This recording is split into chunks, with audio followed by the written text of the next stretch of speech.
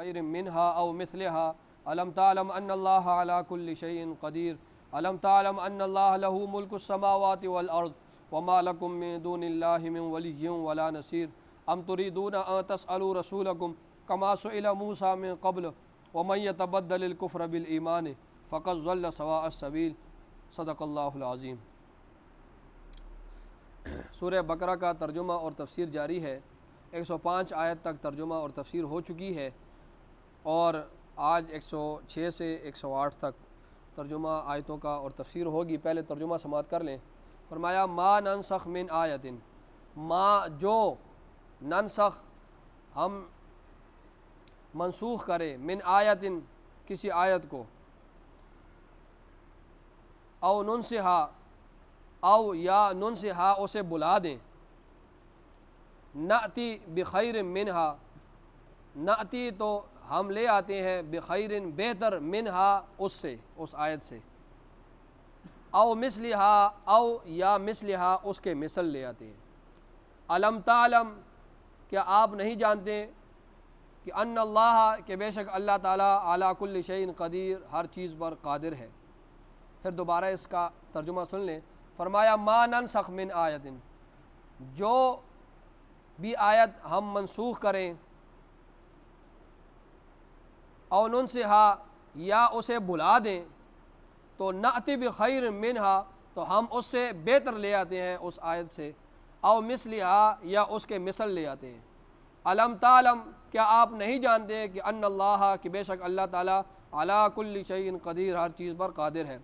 فرمایا علم تعلم کیا تم نہیں جانتے کہ ان اللہ کہ بے شک اللہ تعالیٰ لہو اسی کے لیے ملک السماوات والارض آسمانوں کی بادشاہت والارض اور زمین کی، وما لکم اور نہیں ہے تمہارے لیے من دون اللہ اللہ کے سوا من ولی کوئی حمایتی ولا نصیر اور نہ ہی کوئی مددگار۔ ٹھیک ہے۔ ام تریدون ام کیا تریدون تم ارادہ کرتے ہو ان تسألوا یہ کہ تم سوال کرو رسولکم اپنے رسول سے، کما جیسے سئلہ سوال کیا گیا موسیٰ علیہ السلام سے من قبل اس سے پہلے۔ اور فرمایا ومن یتبدل الکفر جو بھی تبدیل کرے گا کفر کو بالایمان ایمان کے ساتھ، فقد پس تحقیق ضل وہ گمراہ ہوا سواء السبیل سیدھے راستے سے، سواء سبیل کہتے ہیں راستے کو، فقد ضل سواء السبیل و تحقیق وہ گمراہ ہوا سیدھے راستے۔ اس آیت کا پھر ترجمہ سن لیں۔ فرمایا ام تریدون کیا تم ارادہ کرتے ہو ان تسألوا یہ کہ تم سوال کرو رسولکم اپنے رسول سے، کما سئلہ جیسے سوال کیا گیا موسیٰ علیہ السلام سے من قبل اس سے پہلے۔ اور فرمایا ومن یتبدل الکفر جو بھی تبدیل کرے گا کفر کو بالایمان ایمان کے ساتھ، فقد ضل سواء السبیل وہ تحقیق گمراہ ہوا سیدھے راستے سے۔ یہ ان آیات کا ترجمہ ہوا، آپ کو نہیں سمجھ آئی ہوگی یقیناً، تفسیر میں انشاءاللہ سمجھ آ جائے گی۔ ان آیات میں اللہ رب العزت، ادھر میری طرف توجہ کریں، یہ مسئلہ سمجھنے کا ہے۔ ان آیات میں اللہ رب العزت نسخ کا مسئلہ بیان کر رہے ہیں۔ نسخ کس کا مسئلہ بیان کر رہے ہیں؟ نسخ کا۔ نسخ کسے کہتے ہیں؟ نسخ کا مفہوم یہ ہے، نسخ کا مفہوم یہ ہے کہ اللہ رب العزت نے ایک حکم نازل فرمایا، اس کے بعد کچھ عرصے بعد بندوں کی نسبت سے اس حکم کو ختم کر کے اس کی جگہ دوسرا حکم نازل کر دیا۔ اسے کیا کہتے ہیں؟ نسخ۔ کہ اللہ رب العزت نے ایک حکم نازل کیا، کچھ عرصے تک وہ حکم رہا، پھر بندوں کی نسبت سے اس حکم کو ختم کر کے اس حکم کی جگہ دوسرا حکم نازل کر دیا۔ تو یہ کیا ہے؟ اس کو نسخ کہتے ہیں۔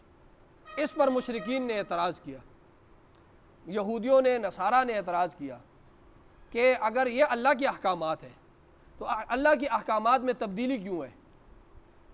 کیا اللہ کو تبدیلی تو وہ شخص کرتا ہے جسے علم نہیں ہوتا؟ تو چلو وہ ایک حکم نازل کرتا ہے تو اس کے بعد جب دیکھتا ہے کہ وہ اس حکم میں کوئی عیب نہیں، عیب ہے، تو وہ اس حکم کو چینج کر دیتا ہے، اس کی جگہ دوسرا حکم لا۔ تو اگر یہ کتاب اللہ کی طرف سے ہے، یہ احکامات اللہ کی طرف سے ہے، تو کیا اللہ کو علم نہیں ہے اس بات کا کہ میں جو حکم نازل کر رہا ہوں بعد میں اس کو چینج کروں گا، تو یہ اللہ رب العزت کیوں اس حکم کو تبدیل کر رہا ہے اور کچھ عرصے بعد دوسرے حکم کو کیوں نازل کرتا ہے؟ تو یہ تو اللہ کا احکام، یہ احکام اللہ کے نہیں ہے، یہ کتاب جو ہے یہ اللہ کی طرف سے نہیں ہے، کیونکہ اللہ کو تو علم ہے ہر چیز کا، اور احکام میں جو تبدیلی آتی ہے یہ وہ شخص کرتا ہے کہ جس کو آگے مستقبل کا پتہ نہیں ہوتا، تو وہ جا کے بعد میں تبدیلی کر دیتا ہے اس حکم میں، جب بعد میں دیکھتا ہے کہ یہ حکم ابھی نہیں ہے تو اس میں تبدیلی کر دیتا ہے۔ تو یہ اعتراض کس نے کیا؟ یہودیوں نے، نصارہ نے اور مشرکین مکہ نے، کہ کیوں اللہ کا حکم ایک نازل ہوتا ہے، کچھ عرصے بعد اس حکم کو ختم کر دیا جاتا ہے، دوسرا حکم نازل ہوتا ہے۔ اور اسی دور حاضر میں آریہ سماج کا ایک لیڈر ہے دیانند سرسوتی، اس نے بھی، وہ بڑا منہ پھٹ تھا، اس نے بھی ایک کتاب لکھی دین اسلام کے خلاف، اور وہ اعتراض اس نے بھی کیا، یہی اعتراض اس نے یہ کیا کہ یہ اگر اللہ کے احکامات ہیں تو اس میں یہ منسوخ کا کیا ہے کہ ایک حکم نازل ہوا اس کے بعد اس کو ختم کر دیا گیا۔ تو وہ اعتراض اس پنڈت نے بھی کیا۔ اس اعتراض کا جواب حضرت مولانا قاسم نانوتوی رحمۃ اللہ علیہ نے بھی دیا اور اپنی کتاب میں، اور حضرت مولانا اشرف علی تھانوی صاحب رحمۃ اللہ علیہ نے بھی اس پنڈت کا اعتراض کا جواب دیا۔ یہ دو جوابات میں آپ کو سامنے ذکر کرتا ہوں کہ انہوں نے، قاسم نانوتوی رحمۃ اللہ علیہ نے اس پنڈت کو یہ جواب دیا کتاب میں لکھ کر کہ دیکھو نسخ کا مسئلہ، اس کے متعلق اس نے جواب دیا، اس نے نسخ کے مسئلے پر اعتراض کیا تھا، تو قاسم نانوتوی رحمۃ اللہ علیہ نے ان کو جواب دیا اس پنڈت کو کہ دیکھو جس طرح جسمانی بیماریاں ہوتی ہیں، جس طرح جسمانی بیماریاں ہوتی ہیں اس طرح روحانی بیماریاں بھی ہوتی ہیں، ٹھیک ہے، جس طرح جسمانی بیماریاں ہوتی ہیں اس طرح کی کون سی بیماریاں ہوتی ہیں؟ روحانی بھی۔ تو جس طرح جسمانی بیماریوں کا جو معالج ہے وہ کون سے لوگ ہوتے ہیں؟ ڈاکٹر ہوتے ہیں، حکیم ہوتے ہیں۔ جسمانی جو ہے بیماریوں کے معالج کون سے لوگ ہوتے ہیں؟ ڈاکٹر اور حکیم ہوتے ہیں نا، وہ جسمانی جو شخص بیمار ہو جاتا ہے اس کو وہ دعا دیتے ہیں۔ تو ایک مریض اگر اس کے پاس آتا ہے تو وہ اس مریض کو دیکھ کر وہ حکیم یا وہ ڈاکٹر دوا دیتا ہے، وہ نسخہ اسے تجویز کرتا ہے، پھر کچھ عرصے بعد وہ اپنی اس دوا کو چینج کر دیتا ہے، ٹھیک ہے، اس نسخے کو، اس بیماری کو کی حالت کو دیکھتا ہے، اس بیماری کے مناسب اپنی اس دوا کو چینج کر دیتا ہے۔ پہلے ایک دوا لکھ کر دیتا ہے اس مریض کے لیے، پہلے ایک دوا، ایک نسخہ اس مریض کے لیے لکھ کر دیتا ہے کہ آپ نے یہ دوائی استعمال کرنی ہے۔ کچھ عرصے بعد وہ اپنا اس مریض کی جو بیماری کو دیکھ کر پھر اس دوا کو چینج کر دیتا ہے۔ تو اب اس حکیم کا، اس ڈاکٹر کا اس دوا کا تبدیل کرنا یہ حکمت کا تقاضا ہے، نہ کہ اس کی نالائکی کا۔ تو جس طرح وہ دوا جو ہے وہ تبدیل کرتا ہے، پہلے کچھ عرصہ ایک دوا اس مریض کے لیے لکھ کر دی، اسی طرح کچھ عرصے بعد جب دیکھا کہ اب اس کی بیماری دوسرے نہج تک چلی گئی ہے، اب وہ دوسری دوا اس کے لیے تجویز کر دیتا ہے۔ اسی طرح جب وہ بہت بیمار ہوتا ہے تو اس کے لیے ہلکا کھانے کی تجویز دیتا ہے کہ دیکھو تم دلیا استعمال کرو، تم یخنی استعمال کرو، تم شوربہ استعمال کرو، کیونکہ تم بہت کمزور ہو چکے ہو۔ لیکن جو وہ مریض صحت مند ہوتا جاتا ہے اسے وہ کہتا ہے کہ اب تم سخت غذا کھا سکتے ہو، اب اس کی دوا بھی چینج کر رہا ہے، اس کی غذا بھی چینج کر رہا ہے۔ اب کوئی اٹھ کر کہتا ہے اس حکیم صاحب کو، اس ڈاکٹر کو، کہ پہلے آپ نے ایک دوائی لکھ کر دی اور ابھی دوسری دوائی لکھ کر دے رہے ہیں، پہلے آپ کہتے تھے یہ چیز نہ کھاؤ، اب یہ چیز کھاؤ۔ تو اب یہ جو اعتراض کرنے والا عام آدمی ہے، تو اب نالائق کون ہے؟ حکیم ہے یا یہ عام آدمی ہے؟ یہ جو اعتراض کر رہا ہے یہ نالائق ہے، اسے کچھ پتہ نہیں ہے، حالانکہ حکیم تو حکمت کے مطابق اس کا علاج کر رہا ہے۔ تو فرمایا یہ تو جسمانی بیماریوں کا اس طرح ہوتا ہے، روحانی بیماریوں کا معالج وہ اللہ رب العزت کی ذات ہے۔ روحانی بیماریوں کا معالج وہ کیا ہے؟ اللہ رب العزت کی ذات ہے۔ اب وہ روحانی بیماریوں کے مطابق اپنے احکامات کو تبدیل کرتا ہے، وہ روحانی بیماریوں کے مطابق اللہ رب العزت اپنے احکامات کو تبدیل کرتا ہے۔ مثال کے طور پر اللہ رب العزت نے، جب اللہ رب العزت نے دیکھا کہ مسلمان کم ہے، مسلمان بہت کم تھے نا شروع میں، تو اللہ رب العزت نے حکم دیا، یہ جائز قرار دیا ان کے لیے کہ مسلمان مرد کافر عورت کے ساتھ نکاح کر سکتا ہے، اسی طرح کافر مرد مسلمان کے ساتھ نکاح کر سکتا ہے، کافر مرد جو ہے وہ مسلمان عورت کے ساتھ نکاح کر سکتا ہے، اس طرح مسلمان مرد کافر عورت کے ساتھ نکاح کر سکتا ہے، کیونکہ مسلمان بہت توڑے تھے۔ تو اب جب اسلام نے دیکھا کہ اب مسلمان چاروں طرف سے پھیل گئے ہیں، طرفین سے مسلمان مرد اور عورتوں کے رشتے ملنا شروع ہو گئے ہیں. تو اب حکم آیا کہ بس ہجرت کے تیسرے سال حکم آیا کہ اب آپ لوگوں نے مسلمانوں مشرکین کافروں کے ساتھ نکاح نہیں کرنا. حکم تبدیل ہو گیا. شروع میں مسلمان کم تھے، جائز تھا، بعد میں حکم تبدیل ہوا جب مسلمان زیادہ ہوئے. فرمایا وَلَا تَنْكِحُوا الْمُشْرِكَاتِ، تم مشرک عورتوں کے ساتھ نکاح نہیں کر سکتے. اللہ نے قرآن مجید میں حکم نازل کیا دوسرے سپارے میں وَلَا تُنْكِحُوا الْمُشْرِكِينَ، اور مسلمانوں کو کہا کہ تم اپنی بہن بیٹیوں کو مشرک کے ساتھ نکاح میں نہیں دے سکتے. اللہ رب العزت نے حکم کو تبدیل کیا. اسی طرح شروع میں اللہ رب العزت نے مسلمان جب کم تھے، اللہ رب العزت نے یہ حکم دیا کہ ایک مسلمان کا مقابلہ 10 کے ساتھ ہے. مسلمان کم تھے، اب ایک کا مقابلہ کس کے ساتھ ہے؟ 10 کافروں کے ساتھ ہے. لیکن جب دیکھا کہ مسلمان زیادہ ہو گئے، اللہ رب العزت نے اس حکم میں چینجنگ کی، اس میں تخفیف کی، آسانی کی مسلمانوں کے لیے، اور آخر میں کہا کہ اب ایک مسلمان کا مقابلہ 2 کافروں کے ساتھ ہے. ٹھیک ہے. تو یہ جو ہے یہ اللہ رب العزت نے احکامات کو اس طرح تبدیل کیا. اللہ رب العزت روحانی بیماریوں کا معالج، جب بیماریوں کے مطابق اللہ رب العزت اپنے احکامات کو تبدیل کرتا تھا. اور یہ اس امت کی جو ہے نفع کے لیے. دیکھیں مسلمان تھوڑے تھے تو اللہ رب العزت نے کہا جائز ہے آپ کے لیے کہ آپ کافروں کے ساتھ نکاح کر سکتے. جب مسلمان زیادہ ہوئے اللہ نے کہا کہ اب مسلمان زیادہ ہو گئے ہیں، اب ہر طرف سے رشتے ملنا شروع ہو گئے ہیں، اب تمہارے لیے جائز نہیں ہے، اب وہ مشکلات نہیں ہیں. اب جب دیکھا کہ شروع میں مسلمان کم ہے تو کہا کہ اب تمہارا مقابلہ 10 کے ساتھ. لیکن جب دیکھا کہ مسلمان زیادہ ہو گئے، حکم تبدیل ہو گیا. فرمایا کہ اب تمہارا ایک مسلمان کا مقابلہ 2 کے ساتھ. حکم آسان ہو گیا. اسی طرح اشرف علی تھانوی صاحب رحمۃ اللہ علیہ نے اس پنڈت کو جواب دیا کہ دیکھو کچھ احکامات تشریعی ہوتے ہیں، کچھ احکامات تشریعی ہوتے ہیں، کچھ احکامات تکوینی ہوتے ہیں. ٹھیک ہے. کچھ احکامات کیا ہوتے ہیں؟ تشریعی. کچھ احکامات تکوینی ہوتے ہیں.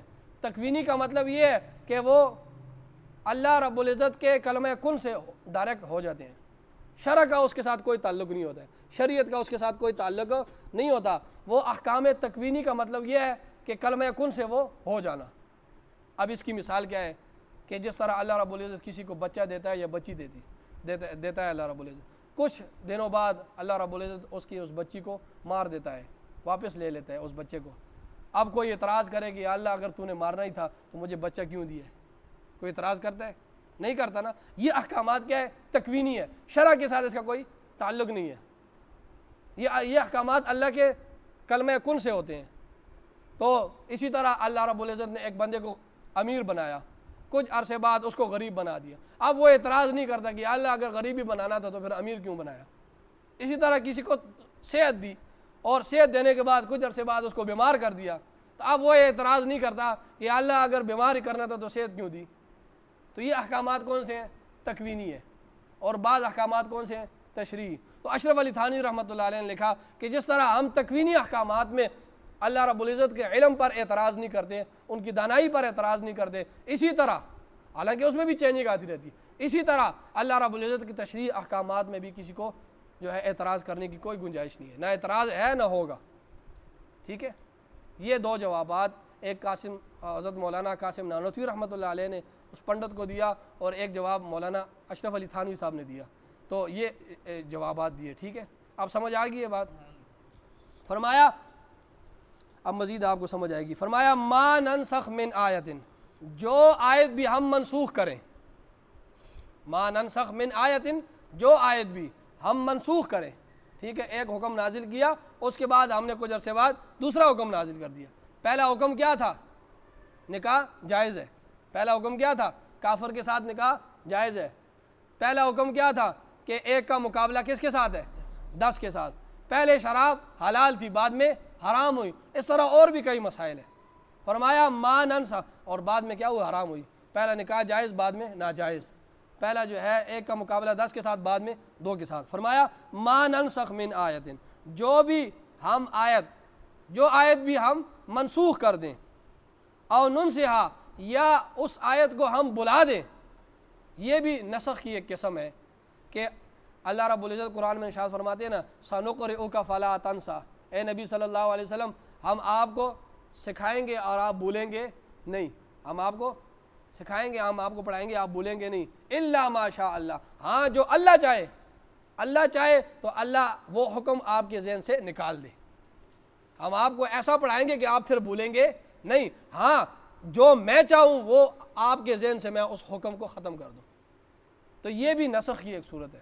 فرمایا ما ننسخ من آیت، ہم کوئی آیت اگر منسوخ کر دیں، او ننسہا، یا اس آیت کو ہم بلا دیں آپ سے، فرمایا نأتی بخیر منہا، ہم اس کی جگہ بہتر آیت لے کے آتے ہیں، بہتر حکم، بہتر احکامات لے کے آتے ہیں۔ جس کو ہم نے منسوخ کیا اس کے مقابلے میں ہم کون سا حکم نازل کرتے ہیں؟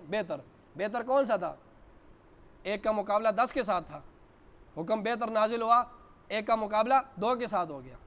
فرمایا او مثلہا، یا اس منسوخ جو ہم نے حکم منسوخ کیا ہے اس منسوخ حکم کے طرح ہی دوسرا حکم نازل کر دیں، یا اس کے مثل ہم نازل کر دیں۔ جو حکم ہم نے منسوخ کیا اسی کے مثل ہم نے کیا کیا؟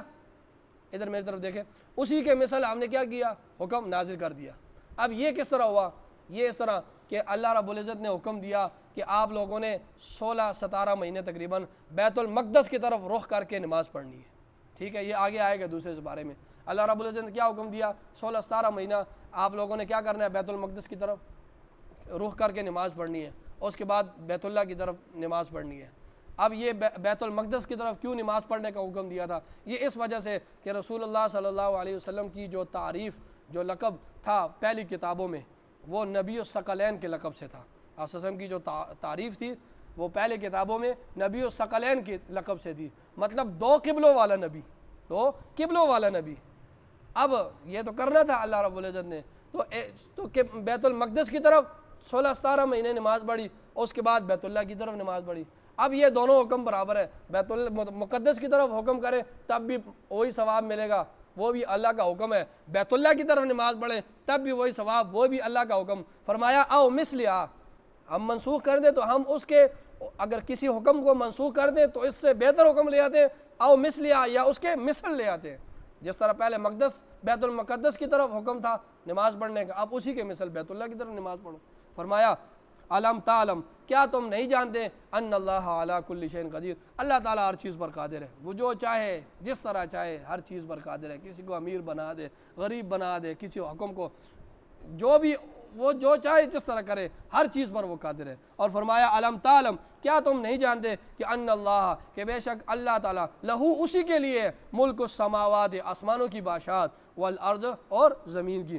فرمایا وما لکم من دون اللہ، اور نہیں ہے تمہارے لیے، من دون اللہ، اللہ کے سوا، من ولی، کوئی حمایتی، کوئی زبان سے آپ کی حمایت اللہ کے سوا کوئی نہیں کر سکتا کہ وہ آپ کی حمایت کرے اور بچا لے۔ فرمایا ولا نصیر، اور نہ ہی کوئی مددگار، کوئی میدان میں آئے اور اللہ کی پکڑ سے کسی کو بچا لے۔ فرمایا ایسا نہیں ہے، جس کا حمایتی اللہ کے، اگر کوئی شخص اس طرح چاہے کہ میں اللہ نہ چاہے اور میرا کوئی حمایت کر دے، اللہ نہ چاہے اور میری کوئی مدد کر دے اور مجھے اللہ کی گرفت سے بچا دے، فرمایا ایسا نہیں ہے۔ فرمایا وما لکم من دون اللہ، نہیں ہے تمہارے لیے اللہ کے سوا، من ولی، نہ کوئی حمایتی، ولا نصیر، نہ کوئی مددگار۔ آگے فرمایا ام تریدون ان تسألوا رسولکم کما سئل موسیٰ من قبل، فرمایا کہ تم جو ہے، ام تریدون، کیا تم ارادہ کرتے ہو کہ ان تسألوا، یہ کہ تم سوال کرو، رسولکم، اپنے رسول سے،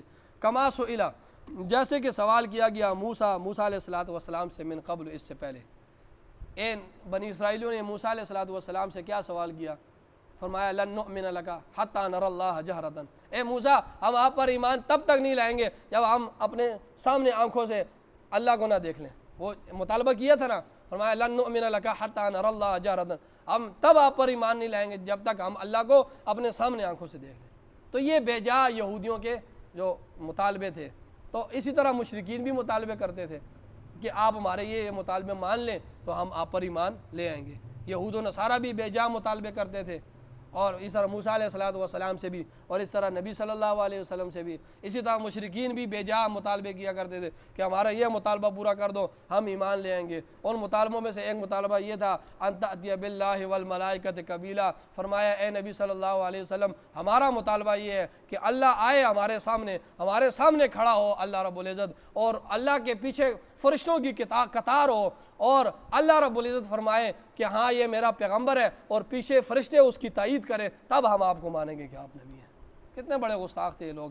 فرمایا ان تأتی باللہ والملائکۃ، قرآن کی آیت ہے. فرمایا ان تأتی باللہ والملائکۃ قبیلا، اللہ آئے، فرشتے اللہ کے پیچھے کھڑے ہوں، اللہ یہ کہے کہ ہاں یہ میرا پیغمبر ہے، اور پیچھے فرشتے اس بات کی تائید کریں کہ ہاں اللہ سچ کہہ رہا ہے، تب جا کر ہم ایمان لیں. فرمایا ام تریدون، کیا تم ارادہ کرتے ہو، ان تسألوا، یہ کہ تم سوال کرو، رسولکم، اپنے رسول صلی اللہ علیہ وسلم سے، کما سئل، جیسے سوال کیا گیا موسیٰ علیہ السلام سے، من قبل، اس سے پہلے. فرمایا ومن یتبدل الکفر، جو بھی تبدیل کرے کفر کو بالایمان، ایمان کے ساتھ، مطلب یہ ہے کہ ایمان کے بدلے کفر کو حاصل کر لے. فرمایا فقد ضل سواء السبیل، تحقیق وہ گمراہ ہوا سیدھے راستے سے. اللہ تعالی ہم سب کو گمراہی سے بھی بچائے اور گمراہ کرنے سے بھی بچائے.